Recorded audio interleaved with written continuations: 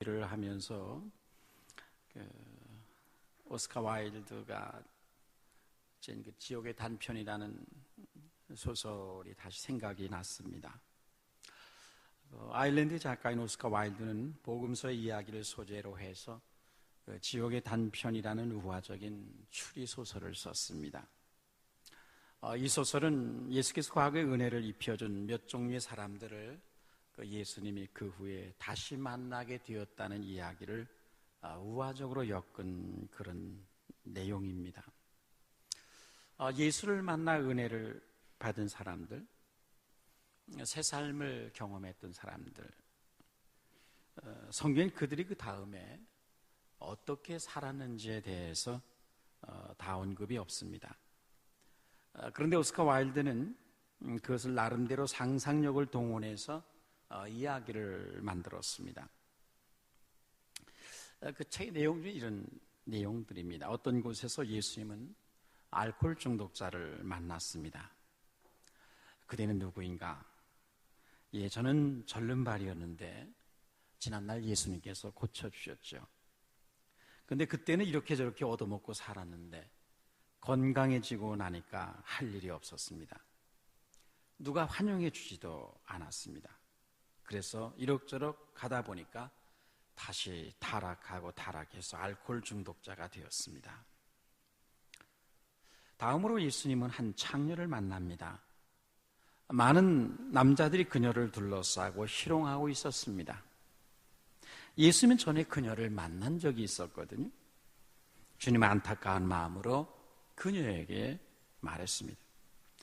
그대는 어째서 이런 생활로 되돌아갔는가? 여인은 이렇게 말했습니다. 예수님이 저를 창녀의 삶에서 건져 새 사람을 만들어 주셨습니다. 그런데 제가 손을 씻은들 무슨 소용이 있단 말입니까? 세상은 여전히 나를 외면하고 조롱했고 나는 도저히 이 세상에서 다른 변화된 삶을 살 수가 없었습니다. 결국 저는 다시 이 생활로 돌아오고 말았습니다. 세상이 자신의 변화를 인정해 주지 않았고 결국 다시 옛 생활로 그래서 돌아가게 되었다는 말이었습니다. 답답한 마음으로 길을 가시던 예수님은 또 한 사람을 만나는데 그 사람은 조폭이었습니다. 아니, 자네가 어떻게 폭력배가 되었는가? 그 조폭은 말했습니다. 예수님, 죄송하지만 저는 원래 시각장애자였는데 그때 예수님께서 저의 눈을 뜨게 해주셨습니다. 그래서 감격하고 감사했습니다. 그런데 눈을 감았을 때는 몰랐는데 눈을 뜨고 보니까 이 세상에 안 입고 온 사람들이 너무나 많았습니다. 더럽고 치사하고 모순되고 부조리해서 울분이 터져서 주먹을 쓰다 보니까 다시 조폭이 되었습니다. 그렇게 말을 했습니다. 오스카 와일드가 지어낸 이야기입니다. 하나님의 은혜를 헛되이 받은 사람들의 모습이라고 할까요? 주님께 은혜를 받은 자들에게는 아름다운 삶의 스토리가 있어야 하는데 그렇지 못하다는 그런 교훈입니다. 지난 주간에 우리는 전균 수련회를 가졌습니다. 시간마다 부어주시는 주의 은혜로 우리의 심령이 새로운 힘을 얻었습니다. 주님이 위로부터 부으신 능력이 우리의 영혼 속에 들어왔습니다. 사랑과 감사와 기쁨과 용서, 위로부터 임하는 능력이 우리의 영혼 안에 들어왔습니다. 이제 우리는 이 능력을 가지고 삶의 현장으로, 사명의 장소로 돌아왔습니다. 주의 은혜를 경험한 우리는 이제부터 어떤 삶을 살아가야 하겠습니까? 은혜를 받은 사람들로 삶의 아름다운 이야기를 만들어가는 그런 일들이 우리의 삶의 현장 속에서 이어져 가게 되기를 주의 이름으로 축원합니다. 오늘 본문을 통해 처음으로 말씀드리고자 하는 것은 이 성령의 능력으로 돌아오신 예수님의 모습입니다. 본문은 14절에서 예수님이 성령의 능력으로 갈릴리로 돌아가셨다라고 시작을 합니다. 예수님이 공생애를 시작하실 때 주님은 요단강으로 가셔서 세례를 받으시고 요단강에서 올라오셨습니다.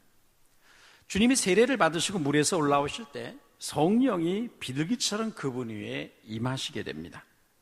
이제 복음 사역을 시작하시는 예수님께 하나님 아버지께서 성령을 물붓듯 기름 부어 주셔서 능력으로 옷 입혀 주십니다.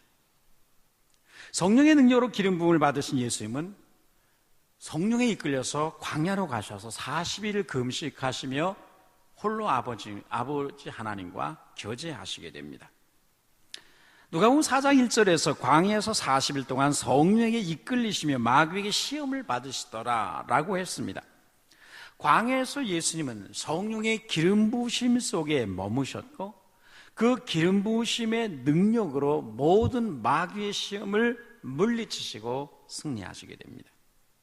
시험을 받으셨으나 그 광야에서 예수님의 기름 부으심은 오히려 더 넘쳐났습니다. 그리고 본문 14절에서 그 성령의 능력으로 이제 예수님은 갈릴리로 돌아가셨습니다. 그분이 일하실 사역의 현장이요, 그분의 삶을 펼쳐야 하는 삶의 장소로 돌아가셨다는 말이죠. 예수님 광야로부터 그 갈릴리로 돌아가셔서 거기서부터 성령의 능력으로 역사하기를 시작하십니다. 사도행전 10장 38절을 보면 하나님이 나사렛 예수에게 성령과 능력을 기름 붓듯 하셨으며 저가 두루다니며 선한 일 행하시고 마귀에게 눌린 모든 사람을 고치셨으니 이는 하나님이 함께 하셨습니다 라고 했습니다. 예수님의 모든 사역, 복음을 전파하시고 회당에서 진리를 가르치시는 일들, 병든 자를 고치고 마음이 상한 자를 위로하시고 더러운 귀신 들린 자를 귀신을 쫓아내시며 사람들의 병든 삶을, 지친 삶을 회복시키실 때에 그 모든 사역의 원천은 성령의 기름 부으심이었습니다. 예수님의 생애 속에는 처음부터 마지막까지, 그 사역의 시작에서부터 마지막까지 성령의 기름 부으심이 흘러갔습니다. 예수님께서 광야로부터 성령의 능력으로 갈릴리, 사역의 현장, 삶의 자리로 돌아가셨듯이 우리는 성령의 기름 부으심 속에서 삶의 장소로 돌아왔습니다. 오직 하나님을 우러러 바라보는 자리, 하나님과 교제하는 자리, 주의 영광을 보는 자리에서 하나님의 성령의 거룩한 능력을 힘입고 사랑과 용서와 기쁨과 감사의 능력을 가지고 돌아왔습니다. 우리 항상 삶의 현장으로 들어가고 사명의 장소로 나아가고 사역의 현장으로 들어갈 때는 항상 예수님처럼 성령의 능력으로 돌아가야 됩니다. 주일날 이곳에서 하나님을 예배하고 진리를 듣고 돌아갈 때마다 여러분 그냥 혼자 돌아가는 것이 아니라, 빈손으로 돌아가는 것이 아니라 언제나 성령의 능력으로 돌아가시는 그런 여러분 되시기를 축원합니다. 이곳에 오실 때는 혼자 오실 수 있습니다. 그러나 가실 때는 절대로 혼자 가실 수 없습니다. 예수님과 함께 가셔야 되고 성령의 능력을 힘입고 여러분의 삶의 자리로, 사명의 장소로 돌아가야, 그래야 그 삶의 자리에 복음의 능력이 나타나고 거기에서 승리와 축복의 역사를 이루어갈 수 있고 삶의 아름다운 스토리를 만들어갈 수 있는 것이죠. 상한 심령, 지치고 피곤한 심령으로 이 자리에 나올 수 있으나 여러분이 삶의 자리에 돌아갈 때는 반드시 성령의 능력을 힘입고 돌아감으로 인해서 여러분의 삶의 자리에 언제나 복음의 영광과 능력이 나타나는 그런 자리가 되기를 주의 이름으로 축원합니다. 우리가 주님을 섬기는 데 있어서 필수적인 것이 한 가지가 있습니다. 그것은 성령의 기름 부으심입니다. 우리는 항상 거듭해서 성령의 능력으로 돌아가야 됩니다. 설교자는 설교단으로 돌아갈 때마다, 오를 때마다 성령의 능력으로 올라가야 되고, 장로님들은 섬기고 기도한 자리로 나아갈 때마다 성령의 능력을 옷 입고 돌아가야 되고, 지리를 가르치는 주일학교 교사들이 가르치는 자리로 들어갈 때는 언제나 성령의 능력으로 그 자리를 들어가야 됩니다. 구역장들은 신령한 찬미를 부르는 성가 대원들도 그 찬양한 자리로 나갈 때는 언제나 성령의 능력으로 그 자리에 나가야 됩니다. 성령의 능력으로 서야 그 찬양이 다윗의 찬양과 같이, 다윗이 숨을 탈 때 악한 영이 결박을 당하듯이 우리 하나님의 찬양이 울려 퍼질 때 거기에서 어둠의 영이 소멸되어지고 하나님의 영광이 그곳에 나타나게 될 것입니다. 언제나 우리는 성령의 능력으로 이 삶의 자리, 사명의 자리, 사역의 현장으로 나아가고 들어가고 오르는 그런 성도들이 되시기를 축원합니다. 갈릴리로 돌아가신 주님이 제일 먼저 하신 일이 무엇입니까? 은혜의 해를 선포하는 것입니다. 그분은 먼저 나사렛 회당으로 가셨어요. 갈릴리 바다로 가셔서 그물을 던지는 사람들을 부르기 전에 나사렛 회당으로 찾아가셔서 거기서 구약 성경을 두루마리를 펼치시고 이사야의 글을 인용하시면서 이제 은혜의 해가 시작됨을 선언하시게 됩니다. 주의 성령이 내게 임하셨으니 이는 가난한 자에게 복음을 전하게 하시려고 내게 기름을 부으시고 나를 보내사 포로된 자에게 자유를, 눈먼 자에게 다시 보게 함을 전파하며 눌린 자를 자유롭게 하고 주의 은혜의 해를 전파하게 하려 함이라. 주의 은혜의 해를 전파하게 하려 함이라. 이 말씀은 이제부터 은혜의 해가 시작된다는 것을 선언하시는 거거든요. 하나님의 성령의 능력을 기름 부어주심으로 말미암아 이제 주님으로 말미암아 은혜의 해가 시작된다는 말이에요. 신년의 축복이 열리게 됐다는 그런 선포였습니다. 여기서 말하는 은혜의 해는 구약에 나오는 신년을 두고 하는 말씀입니다. 신년이라고 하는 것은 7년마다 지키는 안식년이 있는데 이 안식년을 7번, 7일에서 완전 수지 않습니까? 7년마다 지킨 안식년을 7번 지낸 그 다음에, 그러니까 50년마다 돌아온 해가 신년입니다. 이 50년째가 되면 가난 때문에 남의 집에 종으로 팔려간 모든 종들에게 해방령이 떨어집니다. 자유가 주어집니다. 가난으로 인해서 남의 손에 팔았던 뺏겼던 모든 땅들을 다 원주인에게 돌려줘야 됩니다. 기업이 회복되는 해입니다. 아무리 많은 빚을 졌다 할지라도 모든 빚을 전부 값없이 그냥 다 탕감받는 해가 신년입니다.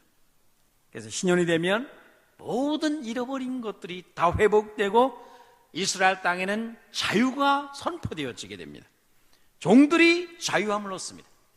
여러분 생각해 보세요. 가난 때문에 종으로 팔려갔던 아들이 돌아오는데 얼마나 그 집안이 기쁘겠습니까? 가난 때문에 팔아버렸던 땅을, 기업을, 조상으로부터 물려받은 땅을 다시 거저 되찾게 되는데 얼마나 기쁘겠어요. 도저히 갚을 수 없는, 일생을 갚아도 갚을 수 없는 이 빚에 눌려 살던 사람이 그 엄청난 빚을 그냥 무조건 탕감받으니까 얼마나 기쁘겠습니까? 그래서 이날은, 이 신년은 잃어버린 모든 것을 회복받는 기쁨의 날이요 축복의 날입니다. 이 구약의 신년은 장차 예수 그리스도로 말미암아 우리에게 임할 하나님의 은혜를 지금 미리 보여주는 것이거든요. 그래서 주의 은혜의 해라 그렇게 말했습니다. 예수님은 성령의 능력으로 갈릴리로 돌아가셔서 제일 먼저 나사렛 회당을 찾아가셔서 하나님의 성경을 펴서 이제 그분으로 말미암아 구약의 선지자들을 통해 하나님이 예언하신 그 은혜의 해가 시작됨을 선포하시는 거예요. 이제부터 그분으로 말미암아서 마음이 가난한 자들에게 복음이 전파되어 구원을 얻는 역사들이 일어나고 염려와 근심과 걱정에 포로된 자들이 그 염려의 사슬에서 노임을 받게 되고 마음이 상한 심령들이 고침을 받고 눈먼 자들이 눈을 뜨고 병든 자들이 고침을 받고 마귀에게 매어 일생 동안 종노릇하던 사람들이 마귀에서 자유함을 얻어 해방을 얻어서 그 인생의 진정한 자유함을 누리는 이 신년의 축복이 도래했음을 선포했단 말이죠. 하나님이 왜 나사렛 예수에게 성령을 물붓듯 기름 부으셨는가? 이 은혜의 해를 선포하기 위해, 전파하기 위해서, 은혜의 해를 이 땅에 가져오게 하기 위해서 성령으로 기름을 부어주셨단 말이죠. 이 기름 부으심으로 말미암아 위대한 은혜의 해가, 신년의 축복이 이 땅에 시작된 것입니다. 예수님께서 우리들에게 하나님의 성령의 능력을 기름 부으시면 우리의 삶에 이런 역사들이 일어나게 될 줄로 믿습니다. 하나님의 성령의 능력이 우리에게 기름 부어지면 우리의 인생 속에 신년의 축복이 일어나게 됩니다. 신년의 축복을 살게 됩니다. 은혜의 해를 살게 된단 말이에요. 영적인 눈이 열리게 됩니다. 복음의 능력이 우리 안에 이루어지게 됩니다. 구원이 선포되어지고 치유와 회복의 역사가 우리 안에서 일어나게 됩니다. 이런 은혜의 해가 여러분의 가정 속에서, 여러분의 심령 안에서, 그리고 우리 교회 안에 충만하게 전개되어지고 회복되는 이 신년의 축복이 우리 안에 있게 되기를 주의 이름으로 축원합니다. 이미 예수님으로 말미암아 이 은혜가 시작이 됐는데 이제 하나님의 성령의 능력이 우리에게 기름 부어주심으로 말미암아서 이런 은혜의 해를 우리가 살아야 됩니다. 하나님은 이런 은혜의 해를 우리가 살고 이 은혜의 해를 전파하도록 우리들에게 성령으로 거듭 기름을 부어주십니다. 성령의 능력으로 보냄을 받은 사명자로서 살게 하시는 거죠. 예수님 말씀하셨습니다. 나를 보내사 포로된 자에게 자유를 선포하며, 나를 보내사, 이 말이 무슨 말입니까? 파송을 의미하는 거죠. 보냄을 받았다는 것은 파송됐다는 거죠. 임무가 주어졌다는 거예요. 성령의 기름 부으심이 임하면 사람들은 보내심을 받습니다. 성령의 능력으로 기름 부음 받기 전에는 집안에서 목수의 아들로 지내셨습니다. 그러나 성령의 기름 부으심을 받자 예수님은 보내심을 받았습니다. 이제 구원자로서의 삶을 시작하는 거죠. 여러분, 오늘도 하나님의 성령이 우리에게 능력으로 기름 부어지면 그 인생의 사명자로서의 삶이 시작이 됩니다. 그냥 생각 없이 그 인생을 살던 사람이 성령의 충만함을 얻게 되면 보내심을 받습니다. 자기 인생의 사명을 깨닫게 됩니다. 그 사명을 위해서 새로운 삶을 시작하게 됩니다. 사명자로서 사는 거예요. 그것이 성령으로 기름 부음 받은 자의 삶이라 이 말이죠. 우리 사명은 은혜의 해를 사는 것입니다. 은혜의 해를 전파하는 것입니다. 여러분, 우리의 삶에 이 은혜의 해를 선포하며 신년의 축복을 살아가는, 그 신년의 축복을 세상에 전파하는 그런 사명자로서, 보냄받은 자로서 삶을 살기를 주의 이름으로 축원합니다. 이제 우리 모두가 주님의 은혜 안에서 우리의 삶의 은혜의 해를 선포하며 사는 그런 삶을 살면 좋겠다는 생각입니다. 이제 주님께서 내 인생에 성령을 기름 부어 주심으로 내 인생의 은혜의 해가 시작되었음을 선포하며 사는 것입니다. 성령의 기름 부어 주심으로 말미암아 내 인생에 예수님으로 인한 치유와 회복과 승리와 자유와 빛이 가득한 삶이 내 인생에 시작됐다, 나는 그것을 누린다, 그런 삶을 산다라고 여러분 선포하시기를 주의 이름으로 축원합니다. 우리 교회 안에 이 은혜를 선포하며 우리는 은혜 안에서 산다는 것을 선포하고, 은혜 안에서 구원과 치유와 회복의 삶이 물론 이전에도 있었으면 새로운 차원에서 이것이 확산되어 나가게 되기를 주의 이름으로 축원합니다. 마음이 가난한 자들이 돌아와서 구원 얻게 되고, 마음이 상하고 병든 자들이 고침을 받고, 마귀에게 눌리고 괴롭힘을 받는 자들이 자유케 되는 구원과 치유와 회복의 역사가 우리 교회 안에 광범위하게 일어나게 되기를 주의 이름으로 축원합니다. 주님은 이런 삶을 위해서 우리들에게 거듭 성령을 기름 부으십니다. 그 성령의 능력으로 우리 안에 은혜의 신년의 축복이 날마다 실현되어지는 그런 역사가 있게 되기를 주의 이름으로 축원합니다. 우리 안에 성령의 기름 부으심으로 인해 은혜의 해가 열리면 어떤 일들이 일어납니까? 사랑과 치유의 강물이 흘러가게 됩니다. 은혜의 해에는 사랑과 치유가 강물처럼 흘러갔습니다. 여러분, 예수님께서 성령으로 기름 부으심을 받고 갈릴리로 돌아가심으로 말미암아 이제 은혜의 해가 선포되어지고, 그분이 가는 곳마다 사랑과 용서와 치유가 강물처럼 흘러갔습니다. 예수님의 생애는 그 중심에 사랑의 강물이 흘렀습니다. 긍휼히 여기는 마음, 민망히 여기는 마음, 용서와 긍휼과 자비를 강물처럼 흘려보냈습니다. 복음서에서 우리는 반복적으로 이 마음을 보게 되거든요. 복음서는 예수께서 무리를 보시고 불쌍히 여기사 이런 말이 반복됩니다. 모든 기적, 모든 은혜가 베풀어지는 곳에는 언제나 예수님이 불쌍히 여기사 이 말이 나옵니다. 마태복음 14장 14절에서 예수께서 나오사 큰 무리를 보시고 불쌍히 여기사 그 중에는 병자들을 고쳐주시니라. 모든 병자를 고칠 때는 불쌍히 여기시는 마음이 있었습니다. 15장 42절에서 예수께서 무리를 불쌍히 여기사 굶주린 그들을 그냥 돌려보내지 아니하시고 오병의 기적을 통해서 그들을 먹이십니다. 목자 없는 양 같음을 불쌍히 여기셨어요. 마태복음 20장 34절에서는 예수께서 불쌍히 여기사 그들의 눈을 어루만져 고쳐주셨다. 소경들이 예수께 나올 때 예수님 그들을 불쌍히 여기는 마음이 있었습니다. 그 마음을 가지고 소경의 눈을 어루만지 중풍병자, 문둥병자, 온몸이 다 망가진 문둥병자, 아무도 그들 앞에 가까이 가지 않는 그 불쌍한 문둥병자를 주님 다가가셔서 그 더럽혀진 몸을 어루만지십니다. 그때 성경은 언제나 불쌍히 여기사라는 말이 동원됩니다. 주님 무리를 보실 때마다 불쌍히 여기사 죽은 자를 살리시고 무리를 가르치시고 배고픈 자를 먹이시고 현장에서 가늠하다 잡힌 여인을 용서하시게 됩니다. 예수님께는 다른 사람들에게 볼 수 없었던 사랑과 온유와 겸손과 긍휼과 자비의 능력이 강물처럼 흘러갔습니다. 성령의 기름 부으심은 사랑의 기름 부으심입니다. 그래서 예수님의 사역에는 언제나 사랑의 강물이 넘쳐 흘렀습니다. 그것이 은혜의 해의 특징입니다. 여러분, 우리들 안에도 이런 사랑과 치유와 회복의 강물이 흘러넘치기를 주의 이름으로 축원합니다.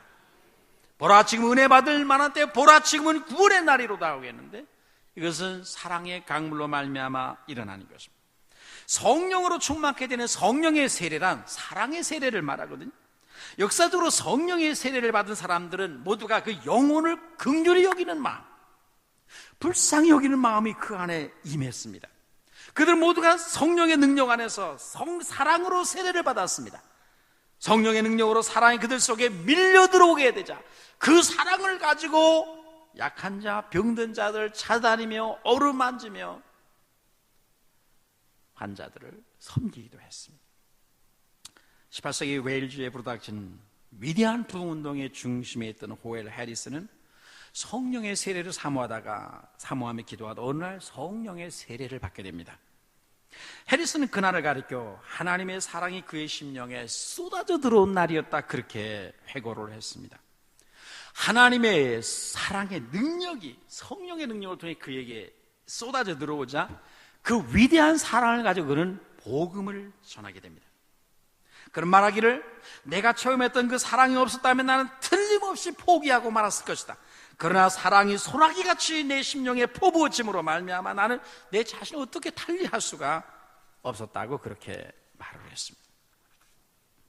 지금은 고인이 되셨습니다만 한신교회를 담임했던 이중표 목사님은 성령의 세례를 받았을 때 날마다 눈물을 흘리며 거리를 다녔다고 했습니다. 그가 전북 고부에서 처음으로 목회를 시작할 때 어느 날 그 마을 할머니가 길을 가면서 울고 있는 그 목사님 보시고, 아니 목사님 왜 우십니까? 누가 죽었어요? 그렇게 물었습니다. 그때 그 목사님 말하길, 네 할머니, 사람들이 죽어서 옵니다. 누가 죽었는데요? 예수를 믿지 않아 사람들이 영원히 죽었습니다. 그렇게 그는 늘 대답을 했어요. 그 동네 사람들이 길을 가다가 늘 목사님을 만나고 그 목사님이 울고 다니는 것을 보았단 말이죠. 영혼을 사랑할 깊은 사랑이 그분 위에 임했기 때문이죠. 하나님께서 우리에게 주의 영을 부어주시면 첫 번째로 일어나는 것이 사랑의 능력입니다. 사랑이 강물처럼 그 심령에 흘러 임하게 되고 그로 인해서 온갖 치유와 회복의 역사가 일어나게 되는 것입니다. 여러분, 4장 31절 이하에서부터 이제 이 병든 자들이 치유되고 마음이 상한 자들이 고침을 받고 눌린 자들이 자유케 되고 눈먼 자가 보게 되고 마음이 가난한 자들이 구원을 얻는 역사들, 귀신들에게 매어 일생 동안 종로로 타던 사람들이 그 귀신의 억압에서 자유함을 얻고 생명과 구원과 치유와 회복의 역사가 유대 땅의 강물처럼 흘러가는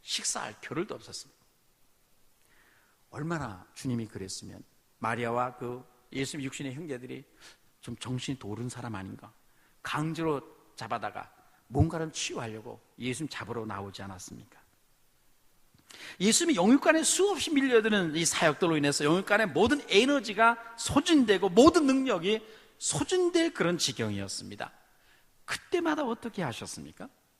누가복음 4장 42절로 내려가면 예수님이 그날 하루, 그 전날 하루 종일 사역을 하시고 그리고 날이 밝자 한적한 곳에 가십니다. 왜입니까? 기도하기 위해서입니다. 기도를 통해 아버지로부터 새로운 기름 부으심을 공급받기 위해서였습니다. 물론 예수님은 하나님의 아들입니다. 그 자신의 신적인 모든 능력과 영광을 그 자신이 갖고 있습니다. 그러나 그가 중보자로 이 땅에 있을 때는 죄인의 자리에 죄인과 똑같은 입장에서 율법을 순종하고 하나님의 뜻을 행하고 그 공로를 우리에게 넘겨주시기 위해서 우리가 동일한 입장에 서는 것이거든요. 자신의 영광과 신성의 모든 능력과 충만함을 육체 안에 감추시고 우리와 동일하게 성령의 능력을 힘입어서 치유하고 가르치고 귀신을 쫓아내는 일을 주님이 하십니다. 그래서 내가 성령의 능력을 힘입어 귀신을 쫓아내면 거기에 이미 하나님의 나라가 임한 줄로 알아, 그렇게 말씀하셨거든요.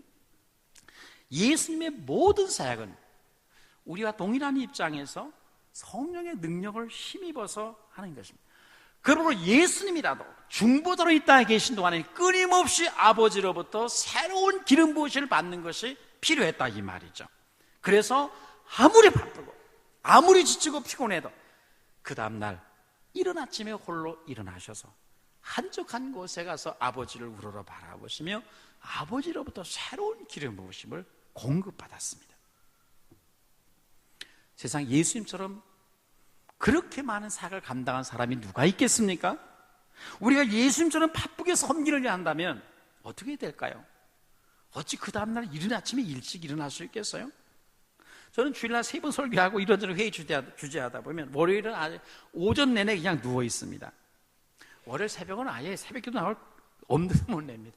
아예 주님 앞에 저는 월요일은 새벽기도 못하겠다고 보고를 했어요. 그런데 예수님은 그렇게 수많은 사람들을 가르치고 병든 자들 일일이 손을 얹어 고쳐주시고 모든 귀신들을 다 쫓아내 주시면서도 그리고 그 다음날이 되면 이른 아침에 일어나 한적한 곳으로 찾아가셨단 말이죠. 하나님과 교제를 통해서 새로운 힘을 공급받기 위해서입니다. 주님은 우리들에게 모든 능력을 쏟아부으시고 모든 신관 능력이 소진될 때마다 거듭 아버지께 나가셔서 성령의 새로운 기름 부으심을 공급받아 오셨습니다. 이것이 우리 주님의 뒤를 따르는 모든 성도들의 섬김의 원리가 되는 것이거든요. 우리의 영적인 능력은 어디서 오는 것입니까? 하나님과의 교제로부터 흘러들어오는 것이거든요. 여러분, 성령으로 충만하게 되었다고 해서 그 능력이 영구적인 것은 아닙니다. 수련회 가서 2, 3일 동안 은혜를 충만해받고 우리의 영혼이 힘을 얻었다고 해서 그 능력이 계속됩니까? 영구적입니까? 평생 갑니까? 아닙니다. 항상 모든 영적인 능력의 근원인 아버지께로 돌아가 재충전을 받으셔야 됩니다. 매일 하나님 앞에 홀로 서는 시간이 필요합니다. 그분의 얼굴빛을 여러분의 가슴에 비추어 주시고 그분의 성령의 기름이 다시금 여러분에게 신선한 기름으로 흘러 들어오도록 그렇게 마음의 문을 열고 그분 앞에 서는 그런 여러분이 되시기를 바랍니다. 능력의 기름은 떨어지고 소진됩니다. 섬기는 일이 많을수록 그 능력의 기름 부으심이 떨어집니다. 많은 시간을 달리는 자동차일수록 자주 주유소에 들어가야 되는 것처럼 주님 앞에 섬기는 일이 많을수록 그 사람은 하나님 앞에 더 자주 나가야 됩니다. 섬기는 직분을 많이 가진 사람일수록 하나님의 보호자 앞에 더 자주 들어가 성령의 능력을 다시금 공급받아야 됩니다. 그렇지 않으면 기름 떨어진 자동차처럼 됩니다. 사역을 멈추게 됩니다. 여러분이 성령의 충만함을 얻으셨습니까? 주님의 얼굴빛이 여러분의 영혼 속에 비추어졌습니까? 전에 없던 기쁨과 사랑과 용서와 감사의 능력을 다시 회복했습니까? 이제부터가 중요합니다. 여러분 안에 지난날 주님이 부으셨던 그 성령의 기름이 떨어지지 않도록 주의해야 됩니다. 하나님 앞에 나와 친밀한 교제의 장소와 시간을 찾아야 됩니다.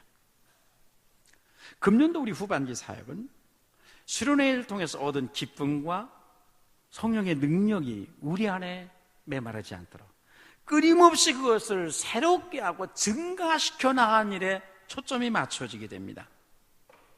이를 위해서 우리 특별히 금요기도회를 부흥의 진원지로 삼고 영적인 기름을 새롭게 채우는 그런 시간과 장소로 삼으려고 합니다. 모든 기관들이, 모든 부서들은 하나님 우리에게 주신 이 은혜의 능력, 영적 능력, 분위기를 소멸하지 않고 그것을 이어가고 성령의 기름 부으심이 각 기관과 부서 속으로 흘러 들어가도록 항상 하나님 앞에 문을 열고 마음을 열고 구해야 합니다. 지난 날보다 내 안에 있는 성령의 능력이 증진되도록, 지난 수련회 때보다 점점 더 내 삶 속에는 성령의 기름 부음이 흘러 넘쳐나서 이 신년의 축복을 내 삶에서 누리고 그 축복을 살아가도록 사랑과 치유의 강물이 내 안에서, 내 가정 안에서, 우리 교회 안에서 흘러 넘쳐나도록 하나님께 구하시기를 축원합니다. 여러분이 각자 그렇게 하셔야 됩니다. 중국 성사였던 마리몬세는 하나님의 영광이 무릎을 꿇고 기도하던 어떤 사람 위로 흘러 넘쳐 사막으로 막 흘러 들어가는 아주 귀한 환상을 기도 중에 보게 됩니다. 그녀는 노르웨이 선교사였는데요, 그녀는 기도하던 기도 속에 본 바로 그 인물이 자기 자신이었다는 사실을 깨닫게 됩니다. 그리고 하나님의 영광이 곧 성령이었다는 사실을 깨닫게 됩니다. 그래서 마리몬세는 하나님의 성령을 반드시 그 성령의 기름 부심을 체험해야 된다는 필요성을 자각하고 하나님께 그 성령의 기름 부심과 세례를 간구하기 시작을 했습니다. 그때 마리몬세는 성령의 물줄기가 자신을 통해서 영적 황무지였던 중국 땅으로 막 흘러 들어가는 것을 그가 발견하게 보게 됩니다. 그래서 이제 중국 선교사들과 중국의 부흥운동을 일으키게 되거든요. 여러분이 우리 교회에 마리몬센이 되기를 축원합니다. 하나님의 거룩한 능력이, 성령의 기름 부으심이 여러분을 통해 여러분의 가정 속에 흘러들어가고 여러분을 통해 여러분의 삶의 현장 속에 흘러들어가 거기에 사랑과 치유와 회복과 자유와 생명의 역사들이 거기서 일어나고 확대되어지는 그런 은혜가 있게 되기를 주의 이름으로 축원합니다. 우리 교회 안에서 더욱더 이 성령의 강물이 창일하게 흘러들어와서 은혜의 해가 열리고 모든 성도들이 신년의 축복을 누리게 되고 구원과 치유와 회복의 역사들, 우리가 모일 때마다, 기도할 때마다 여기서 약한 자, 마음이 상한 자들, 병든 자들이 고침을 받고 어둠의 영들이 떠나가고 예수 그리스도께서 존귀와 영광을 받는 일들이 날마다 일어나게 되기를 주의 이름으로 축원합니다. 기도하겠습니다. 거룩하신 하나님